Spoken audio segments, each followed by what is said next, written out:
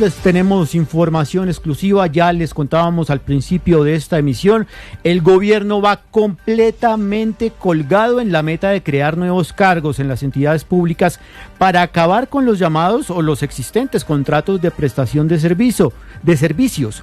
Una de las primeras promesas del gobierno al llegar al poder, Marcela Peña, yo me acuerdo, en el plan de campaña del presidente Gustavo Petro estaba como promesa acabar con estos contratos de prestación de servicio. Y usted me corregirá, creo que cuando el presidente presentó su primera reforma laboral con la ministra Gloria Inés Ramírez, también dijo que se iban a acabar los contratos de prestación de servicio, pero es la fecha y nada. Pues Juan Camilo, la meta oficial del Plan Nacional de Desarrollo es crear 100.000 cargos nuevos en entidades del Estado para acabar con la práctica de contratación a través de las famosas órdenes de prestación de servicios. ¿En qué vamos? En 25.621 empleos creados, es decir, apenas o poco más del 25% de la meta. Hoy el gobierno está estudiando ampliaciones de planta para 40 entidades o la creación de cargos en 40 entidades que tendrían un total de 21.914 cargos. Incluso si todos esos cargos se crearan en realidad, el gobierno quedaría por debajo de la meta y llegaría ni siquiera a la mitad de lo que prometió cuando arrancamos. Y es que según el cronograma que en 2023 tenía el Departamento Administrativo de Función Pública, para el cierre del tercer año de gobierno, es decir, para el próximo 7 de agosto, ya tendrían que haberse creado 90.000 entidades. Ahora, yo le digo, si es que se crean todos los cargos, ¿por qué? Porque por norma, la creación de nuevos cargos en el Estado debe obtener un visto bueno del Ministerio de Hacienda.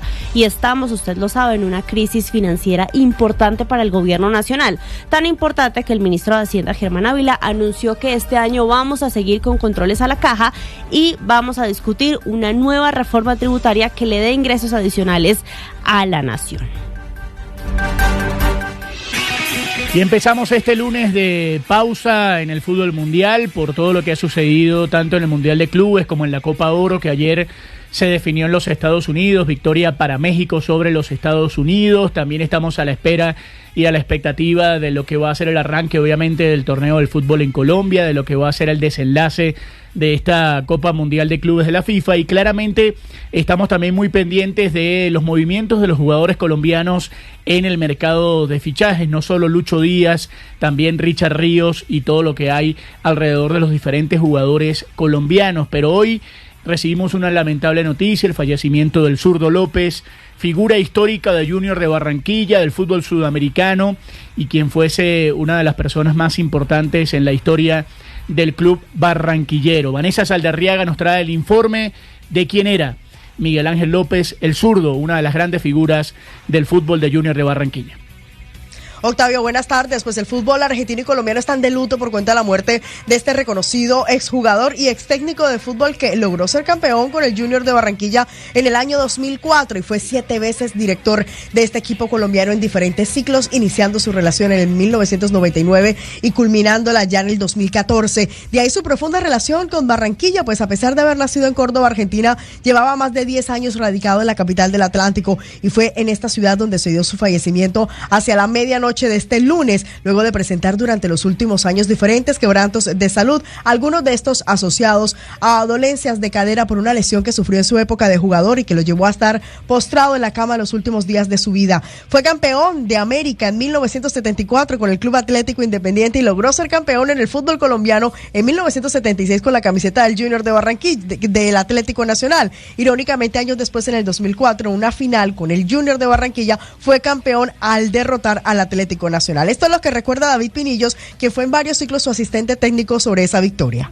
Cuando somos campeones en el 2004 en el Atanasio Girardot, lo vi eufórico, se abrazaba con nosotros de una forma desbordante, y cuando ingresó Antonio Chalhub al gramado del Atanasio Girardot, que era la persona que lo había traído acá al Junior en ese año 2004, se dieron un abrazo de amigos, pero esos amigos sinceros. A uno le queda en la retina esos momentos de que Miguel... Y esos momentos son los que quedaron también en la retina de los seguidores del Junior de Barranquilla. Se están alistando los homenajes póstumos a este gran hombre argentino, pero que hizo mucho por el fútbol colombiano y que, recordemos, también fue quien le dio la oportunidad de debutar a Diego Armando Maradona cuando este último apenas tenía 17 años.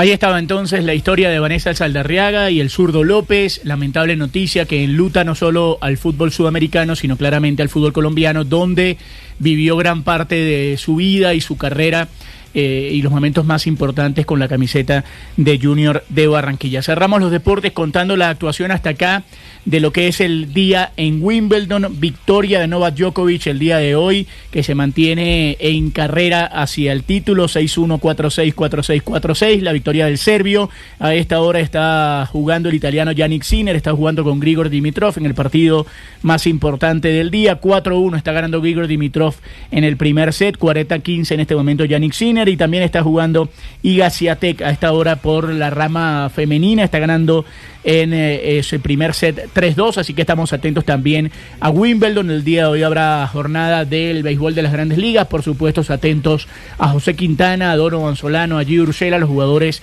colombianos que se preparan también para lo que va a ser la interrupción de la temporada por el Juego de las Estrellas, así que estamos atentos. Jornada esta semana, pendientes de Lucho Díaz, de Richard Ríos, que posiblemente pueda cambiar de aires para el fútbol de Europa. Lucho Díaz, que irá o no irá al fútbol alemán. Por supuesto, estaremos atentos a todo eso acá en Meridiano Blue. Usted debe saber que la saliente canciller Laura Sarabia insiste en que la imprenta nacional no está lista para entregarle pasaportes a los colombianos. Caterina Ávila.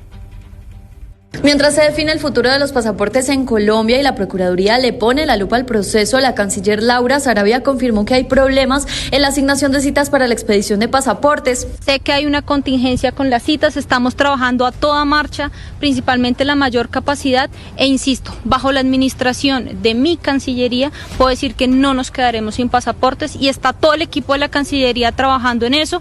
Lo demás serán decisiones del presidente Gustavo Petro. El contrato entre la imprenta nacional y Thomas Gregg & Sons aún no ha sido firmado, aunque el jefe de despacho Alfredo Saade aseguró la semana pasada que lo firmarían en las próximas horas. En menos de 2 meses se acaba la prórroga con Thomas Gregg & Sons y según los estudios técnicos de la Cancillería, la imprenta no está lista. La trazabilidad de los documentos y lo que podemos decir es que hoy consideramos desde la Cancillería que la imprenta no está lista y que necesita un tiempo de transición para que lleguen las máquinas, un tiempo de transición para el fortalecimiento de las capacidades y claro, aquí todos y toda la administración del presidente Petro está en cumplir una orden y en cumplir la orden de fortalecer la imprenta, pero ese fortalecimiento no depende de la Cancillería colombiana, es un fortalecimiento que debe ser independiente de la imprenta nacional. Mañana se espera justamente una reunión entre la delegación de Portugal y el gobierno colombiano para tomar decisiones. No Blue. 1:31 hay enfrentamientos entre el ejército y las disidencias de las FARC en zona rural del municipio de Bolívar, Cauca. En estos momentos el Ejército Nacional intenta retomar el control del macizo colombiano. Hugo Mario Palomar.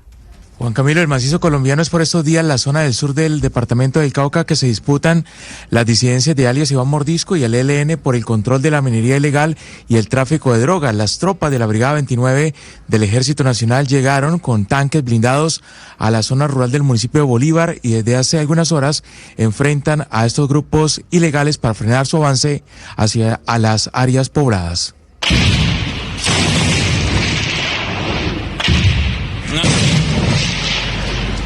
Los habitantes de Bolívar, Cauca, están soportando estos enfrentamientos desde la semana pasada. Ya han muerto 2 civiles y hay cientos de familias confinadas en esta región. Por lo pronto, la Defensoría del Pueblo ha emitido una alerta temprana y ha pedido al Gobierno Nacional acompañamiento para las familias campesinas que están en medio de esta confrontación. Hugo Mario, gracias. Y ha pasado ya 1 mes desde el atentado al senador y precandidato a la presidencia Miguel Uribe Turbay. El señor Turbay ha enfrentado ya 9 cirugías. Hay capturas por parte de la Fiscalía y su familia se mantiene aferrada a la esperanza de que ocurra un milagro. Felipe García. José Elder Arteaga. José Elder Arteaga. ¿Es su nombre? Sí. Este fue el momento exacto en el que Elder José Arteaga Hernández, alias el costeño Ochipi, fue capturado mientras se escondía en una vivienda del barrio El Muelle de la localidad de Engativá, en Bogotá. Este peligroso criminal lloró en el momento en el que cayó tras 1 mes del atentado contra Miguel Uribe Turbay, atentado que él planeó y ejecutó con 4 cómplices, entre ellos alias Tians, el sicario de 15 años a quien reclutó, entrenó e incluso acompañó el día del ataque contra el senador y precandidato. ¿Ella sabe qué pasó? Una consignación, varias llamadas y labores de inteligencia llevaron a la captura del cerebro detrás del atentado de Miguel Uribe Turbay. Captura con la cual finalmente fue armado el rompecabezas completo. Alias El Costeño fue el líder criminal. Alias El Hermano fue el líder logístico. Alias Beneco fue el coordinador encargado de llevar y sacar del sitio a los delincuentes. La transportadora del arma fue alias Gabriela y finalmente alias Tians, el menor de 15 años que disparó contra el precandidato y senador.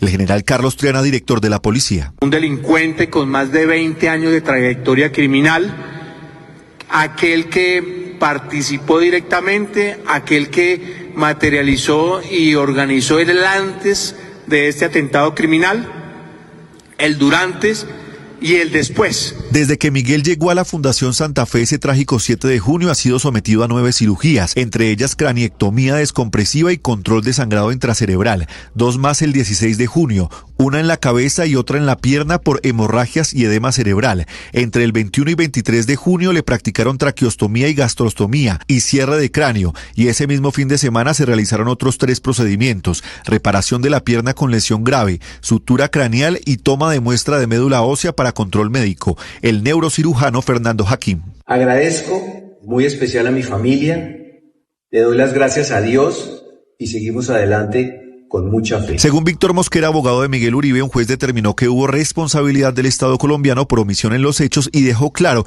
que la Unidad Nacional de Protección bajo el actual gobierno no brindó las medidas adecuadas para garantizar su seguridad. El juez consideró que efectivamente al candidato presidencial Miguel Uribe Turbay no le dieron la protección adecuada y hubo mezquindad de parte de esa entidad respecto a su seguridad. María Claudia Tarazona, esposa del senador, su familia y miles de personas siguen a la espera y con la fe intacta de que se haga el milagro. Desde el primer día el mensaje sigue siendo el mismo: Fuerza, Miguel.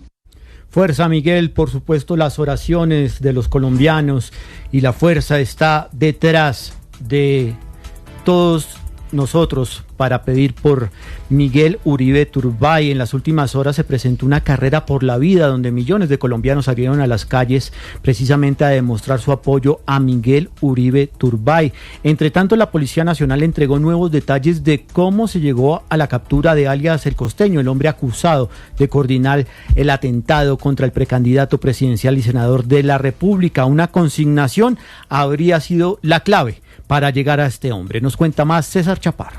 El director de la policía reveló que la información de la comunidad y una consignación fue clave para llegar hasta el escondite de alias El Costeño en Bogotá. Digamos, eso es una línea clara que nos permitió, digamos, avanzar en términos de investigación. Aquí claro está que se capturó el delincuente que está a disposición de la Fiscalía. Explicó el director de la policía que entre los análisis de los investigadores no descartan que la banda de alias Iván Márquez, es decir, la segunda Marquetalia, esté detrás del atentado contra Miguel Uribe. Pues digamos que forma parte de las investigaciones que adelantamos. La intención, como lo dije y lo he dicho, es llegar a los determinadores, a los intelectuales.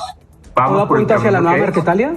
Vamos por el camino que es y todo apunta a que las hipótesis que toman fuerza las estamos revisando, las estamos analizando y en su momento, cuando siga, digamos, el curso de esta investigación, informaremos a la opinión. También analizan la información aportada por los ciudadanos para pagar la recompensa ofrecida por alias El Costeño y por los autores intelectuales de este ataque.